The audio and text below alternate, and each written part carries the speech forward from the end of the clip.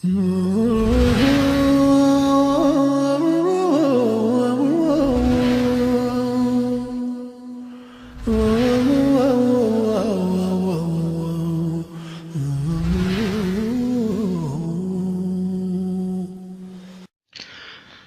الله الرحمن الرحيم إن الحمد لله نحمده ونستعينه ونستغفره ونستهديه ونعوذ بالله تعالى من شرور أنفسنا ومن سيئات أعمالنا من يهده الله فلا مضل له ومن يضلل فلا هادي له وأشهد أن لا إله إلا الله وحده لا شريك له وأشهد أن محمدا عبد الله ورسوله صلوات ربي وسلامه عليه أما بعد أحبتي في الله حياكم الله وبياكم السلام عليكم ورحمة الله وبركاته أحبتي في الله إن شاء الله زاري رقمو 47 حديث بالله سبحانه وتعالى فقاد النبررلن يحديث سلا أوقات يميلن اللون أوقات بإسلام تلقي هنا بوتا اندالو يتاوقالن عند سو شريعوي هنا أوقات لمقسم ترات يميادرقي هنا اندهونا ያንን እውቀት ሊያስገኘው የሚችለውን መንገድ ወይም ሊያገኝበት የሚችለውን መንገድ የያዘ ወይም የጀመረ የሆነ እንደሆነ አላሁ Subhanahu Wa Ta'ala ሌላ እጅጉን ትልቅና እጅጉን ከፍተኛ የሆነን መንገድ ሊከፍትለት እንደሚችል ነብዩ الرحمة صلوات ربي وسلامه عليه በዚህ ሐዲስ አብራርተውበታል እንደሚታወቀው በትላንትናው በ46ኛው ሐዲስ ላይ እንዳየነው አላሁ Subhanahu Wa Ta'ala ዘንዳ ቅርብ ለመሆን አንድ ሰው ሱጁድ ያብዛ ተብሏል ሶላትን ለመስገድ የትኛውንም የአምልኮ ስራዎችን ለመስራት አላሁ Subhanahu Wa Ta'ala ለማምለክ ዕውቀት ያስፈልጋል ለምን አላሁ Subhanahu Wa Ta'ala فاعلم انه لا اله الا الله መጀመሪያ ያለው ምንድነው እወቅ እነሆ ከአላህ በስተቀር በእውነት የሚያመልኩት አምላክ አለመኖሩን እወቅ ነው ከዛ በኋላ ነው ስራ የሚመጣው ከዛ በኋላ ነው ማንኛውም ነገር ይመጣውና እነዚህ ስራና ዕውቀት የሚባለው ነገር ሁሉም የተያዙ እንደሆነ ዕውቀትና ስራ አንድ ላይ ካልመጡ ዕውቀት ብቻው ምንም አይጠቅምም እንዲሁም ደግሞ ስራ ያለ ዕውቀት ያለ ስራ ፈጽሞ ቦታ የላቸውምና ይሄንን ካስከተናገረ በኋላ ወይም ሐዲሳችን ይሄንን ካስታወሰ በኋላ ኪታባችን ላይ ቀጥሎ ደግሞ ስለ ዕውቀት ማስታወስ ፈለገ ይሄን ሁሉ ስታደርግ ይሄን ሁሉ ስትሰራ ይሄን ሁሉ ስታከናውን ግን መጀመሪያ ማወቅ ያለብህ ነገር በዕውቀት ላይ ተመርኩዘ መሆን አለበት ዕውቀትን የሚማሩ ደግሞ የሆኑ ሰዎች ያላቸው ፈضል የሚያገኙት ትሩፋት ከፍተኛ እንደሆነ አያይዞ ሊነግረን መጣ أبي هريرة رضي الله عنه وأرضاه سناقروا أن رسول الله صلى الله عليه وسلم قال من سلك طريقا يلتمس فيه علما سهل الله له به طريقا إلى الجنة من سلك طريقا من قد يجمر من قد ييازي هونسو من آية منقد يلتمس فيه علما بزا منقر لاي اوقاتن يميفلقبت اوقاتن فلقو عندن يوقات منقد يجمر يهونسو اوقات አገኝበታለሁኝ ብሎ ያለውን መንገድ የጀመረ ይሆነሰው نعم اوقاتن ሲጀምር አንድ ሰው اوقاتን በየትኛው በኩል ነው ማገኘው ትክክለኛ የሆነውን የሸሪዓ اوقات መቅሰም የሚችለው በየትኛው በኩል ነው ብሎ ያንን መንገዱን ከጀመረ ያንን መንገዱን ከያዘ سهل الله له به طريقا إلى الجنة يا سبحان الله الله سبحانه وتعالى بزا مكنيات ارسو يانن يوقت منقد بميازو مكنيات ارسو الله سبحانه وتعالى من يجنة منقد يا قرالتال لالو رسول عليه الصلاة والسلام يا جنة منقد يا قرى سهل الله له به طريقا إلى الجنة بزا مكنيات الله سبحانه وتعالى يا جنة منقد يا قرى اللتال يا جنة منقد يكفت اللتال ألو رسول عليه الصلاة والسلام أجبكم والله تملكت أنت تككلن يا هنا نكات لمقسم نيهان أستك من سلك طريقا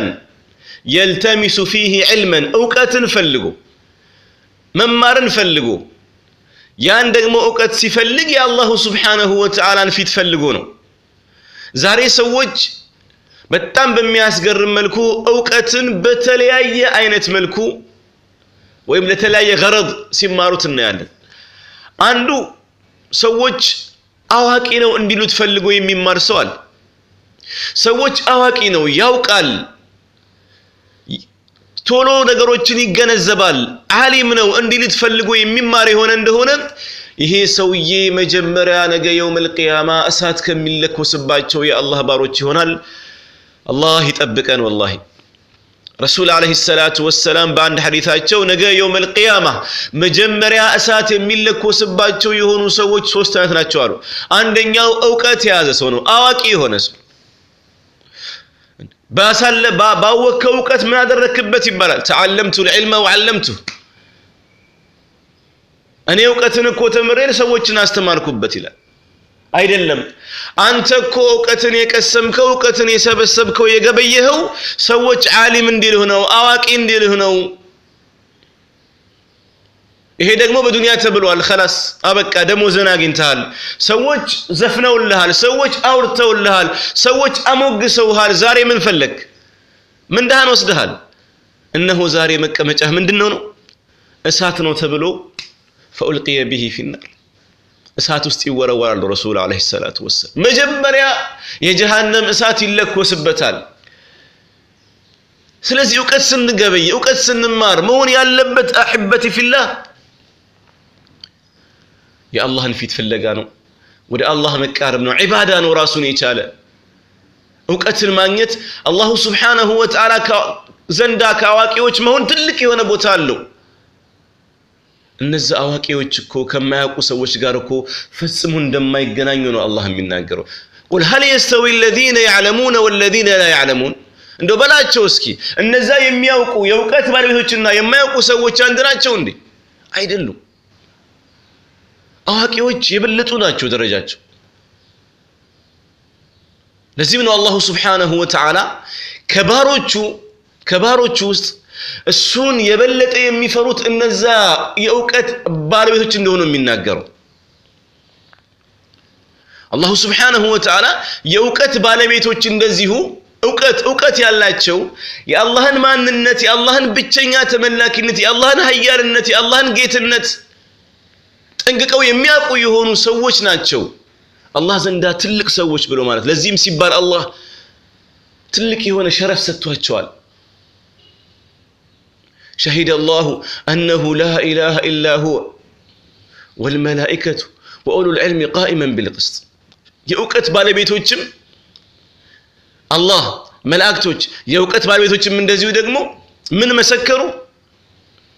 በእውነት ከአላህ በስተቀር የሚያመልኩት አምላክ አለመኖሩን መሰከሩ ብሎ አላህ ይናገራል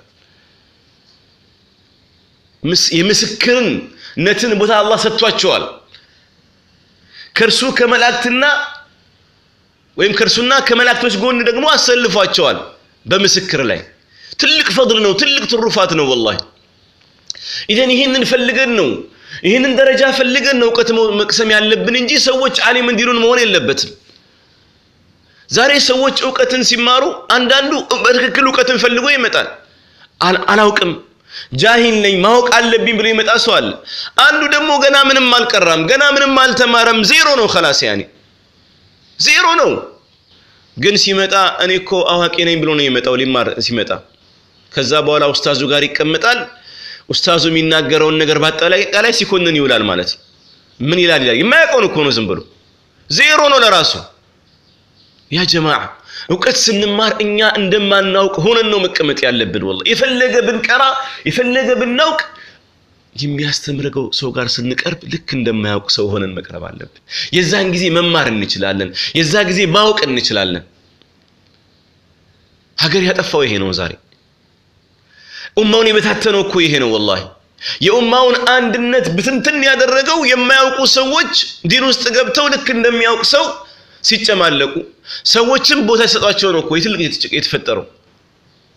እያንዳንዱ ሰው ከዕውቀት አንፃር ያለውን ደረጃ ያለውን ቦታ ቢያውቅ ኖሮ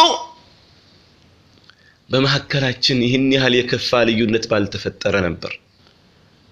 አዋቂዎቹ አነሱ ትክክለኛ እውነተኛ አዋቂዎች ዝም አሉ እነዛ ዕውቀት የሌላቸው ነገር ግን አለን ብለው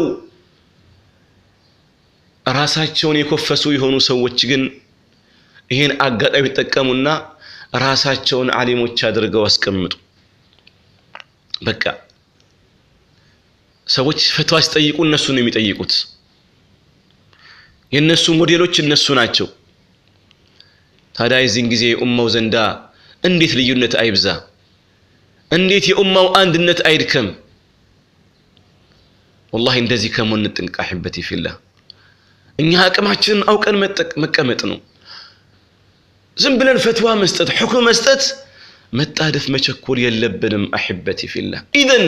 رسول عليه الصلاه والسلام صلوات ربي وسلامه عليه منالو من سلك طريقا يلتمس فيه علما የእውቀትን መንገድ የያዘ የሆነ ሰው የተጓዘ የሆነ ሰው يلتمس فيه علما ያንን መንገድ ግን ሲይዝ እውቀትን ፈልጉ ጥርት ያለችውን ንጽት ያለችውን እውቀት ፍለጋ ይፈልገ ይሆነ እንደሆነ እስኪ ሽልማቱን ተመልከቱ አህበቲ ፊላህ አላሁ Subhanahu Wa Ta'ala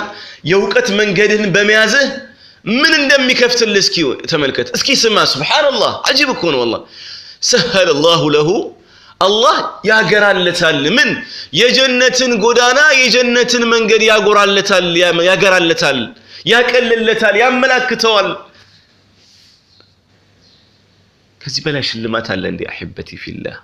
አለ እንዴ የትም እኮ የለም والله ጀነት እኮ ማለት فيها ما لا عين رأت ውስጧ አይን ፈጽሞ አይቶት የማያውቅ ነገር ያለበት ولا اذن سمعت ጆሮ ሰምቶት የማያውቀው ነገር በአጠቃላይ እጅጉን አስገራሚ ያሉበት ሀገር እኮ ولا خطر على قلب بشر በሰው ልጅ እንደው ዝው ብሎ እንኳን አስቦት እንኳን ልቡ ላይ አስቦት ዝው ብሎበት እንኳን የማያውቀው ውብ ነገሮች ያለባት ሀገር ናት የሷን መንገድ አላህ ያመላክታል የሷን መንገድ አላህ ያመላክታል ابن القيم الجوزي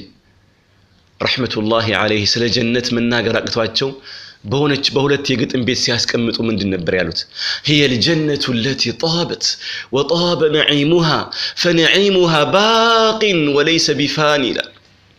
هي الجنة التي طابت السواكو جنة نات بتام يتوابج بتام ياشبرقچ هونچ وطاب نعيمها بوسطها ያለው ጸጋ እጅጉን በጣም ያሸበረቀ ያማረ ጣፋጭ ሆነ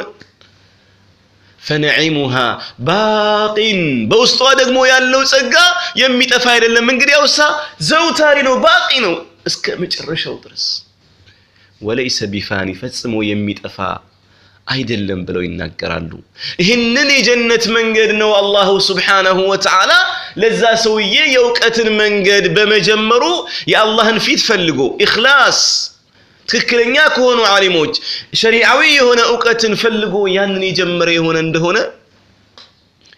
ይሄ ሰውዬ አላሁ Subhanahu Wa Ta'ala የጀነትን በር ያገራለታል የጀነትን መንገድ የጀነትን ጎዳና ያገራለታል አላህ ያገራልን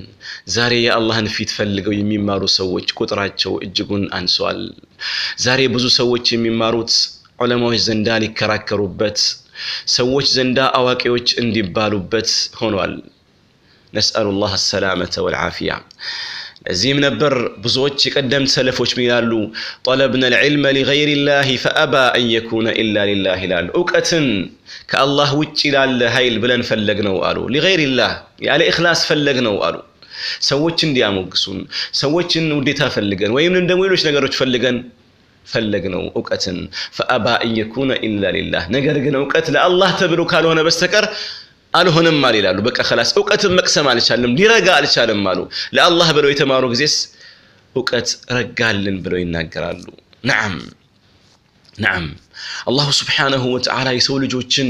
በስራቸው ልክ ይመነዳቸዋል ዕውቀትን ፈልጎ ሰውየው ስለገባ ዕውቀትን ፈልጎ የአላህን ውዴታ ፈልጎ ያ ሰውየው ዕውቀትን መንገድ ስለጀመረ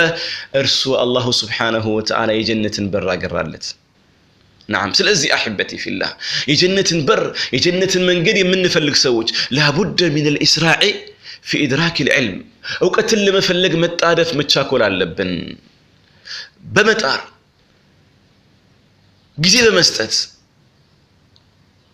እንዲሁም ደግሞ ኢኽላስን በማስተካከል نعم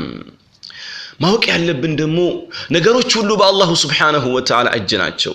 እርሱ አላሁ Subhanahu Wa Ta'ala ሲፈልግ ያገራልሃል እርሱን ተማጸነው እርሱን ለምነው በአላሁ Subhanahu Wa Ta'ala ያመንክ ይሆነ እንደሆነ የርሱን ፊት ፈልገህ ዕውቀትን የፈለክ ይሆነ እንደሆነ እርሱ አላሁ Subhanahu Wa Ta'ala መንገዶችን ያገራልሃል ግን ሁሌም ቢሆን ዕውቀትም ይሁን ሌሎችን ስራዎች በአጠቃላይ ስትሰራ የርሱ የአላሁ Subhanahu Wa Ta'ala ምን ፈልግ የርሱ የአላሁ Subhanahu Wa Ta'ala ፊት ፈልግበት ኢኽላስን አስተካክል ዕውቀትን የሚማሩ ሰዎች እኮ رسول عليه الصلاة والسلام بان حديثاته وإن الملائكة لا تضع أجنحتها رضا بطالب العلم أو كما قال صلى الله عليه وسلم ملائكتوች እኮ ሰዎች ዕውቀትን የሚፈልጉ የሆኑ ሰዎች ዘንዳ በመሄድ ለርሱ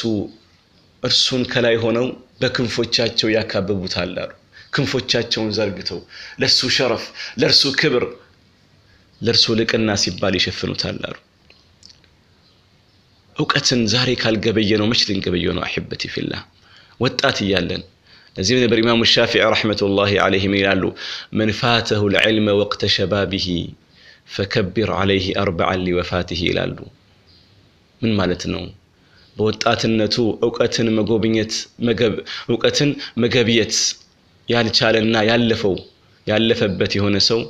በርሱ ላይ አራት ጊዜ ከብርበታል አላሁ አክበር በለበት አራት ጊዜ አላሁ አክበር ይባለው መቼ ነው ሞቷልና አራት ጊዜ